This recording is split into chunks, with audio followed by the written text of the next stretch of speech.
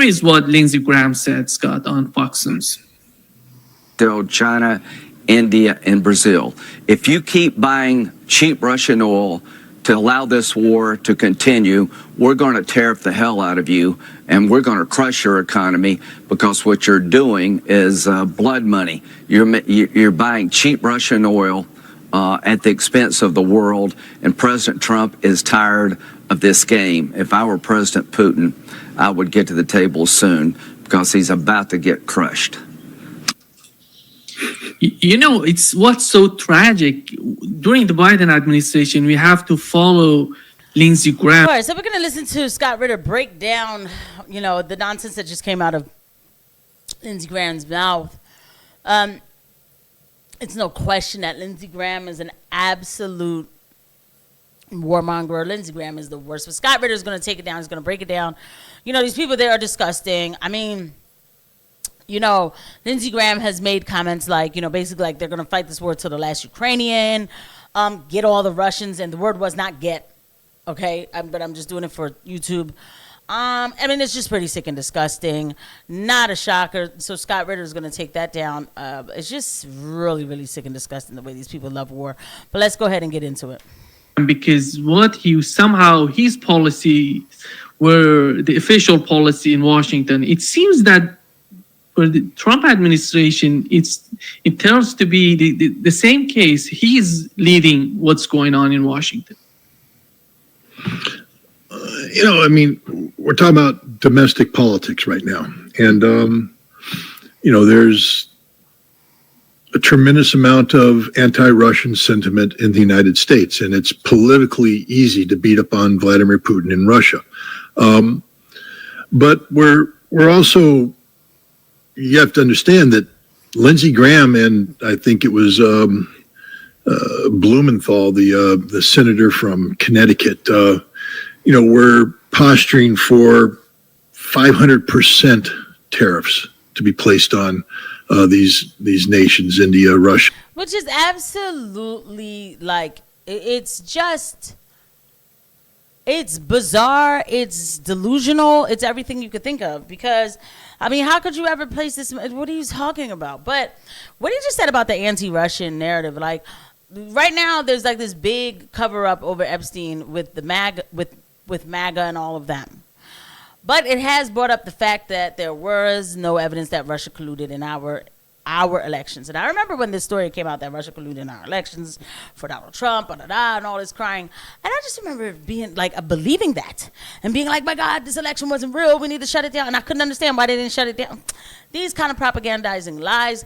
And you'll hear Alex Christoforou, he brings it up constantly, like on the Duran, he'll say like, and Alexander McCurry, they say it like these kind of lies were very undiplomatic, non-diplomatic, you know, where we built this anti-Russian type of like where being against Russia is somehow patriotic. It's the weirdest thing. I remember seeing this type of rhetoric on Fox News when I was watching Fox News. This is what made me stop watching Fox News.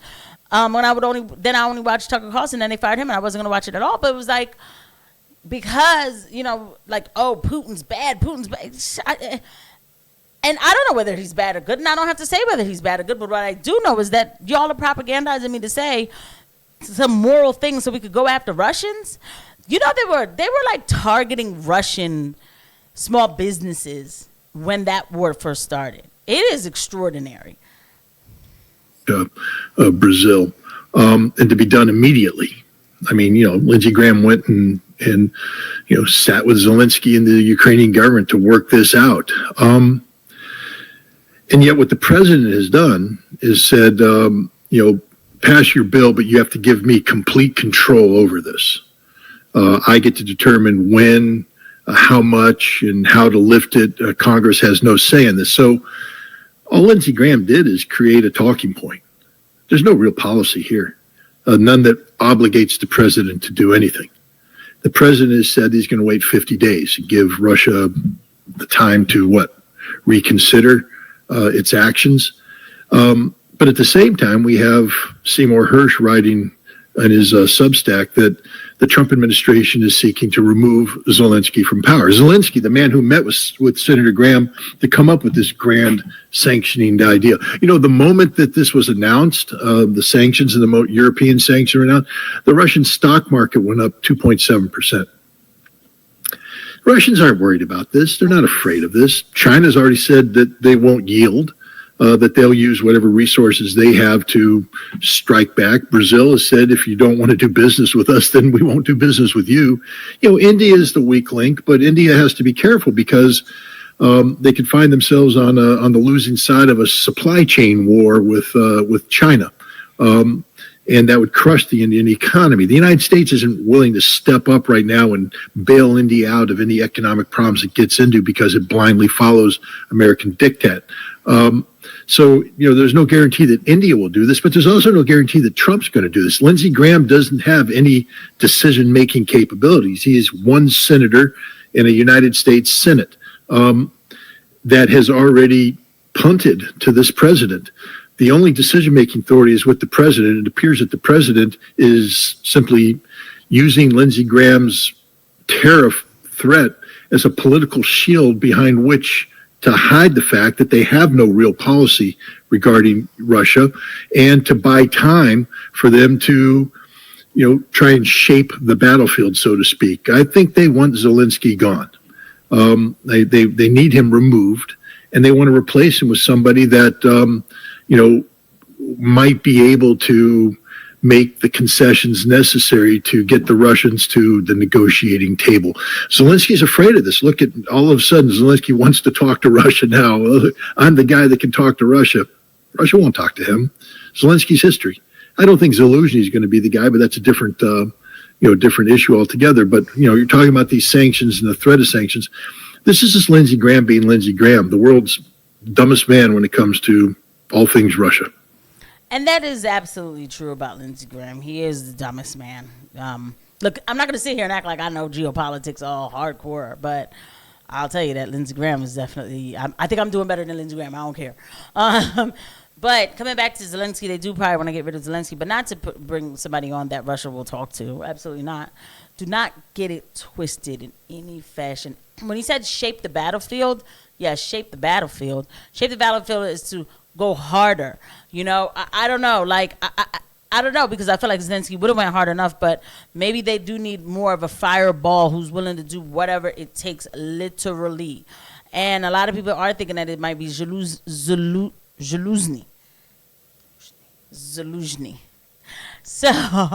So with that said, I think that they want to ramp it up, but right now they're still shaping the battlefield because remember, you know, a lot of people do not do the connections with like Israel, like the Middle East and Russia, but you have to understand the same vassal state that we are that is doing all of this stuff with Israel, like with with the Middle East. They want to hurry up and get that over with, right? So that they can go to Iran and then go, you know, to China and Russia, whatever. It all keeps on going. It just keeps on going. So just because one is NATO and then the other one is so-called not, but it's still American foreign policy, right? No matter who's on top, it's still American foreign policy. So right now it's kind of like a stalemate. That's what it looks like to me. It's like right now it's like a stagnant situation, which is a shame because people are still being killed. But it's also to prepare for the ramp up. There's no way we're going to go into 2026 in the same stagnant position. Things will start ramping up. Even if we do go into 2026 in the same stagnant position, but by 2026 things will start ramping up. They won't stop. There's no reverse gear because if they were going to stop, they could have did that a long time ago. So they're not. So that's just pretty much it. I'll see you guys at the next one. Bye.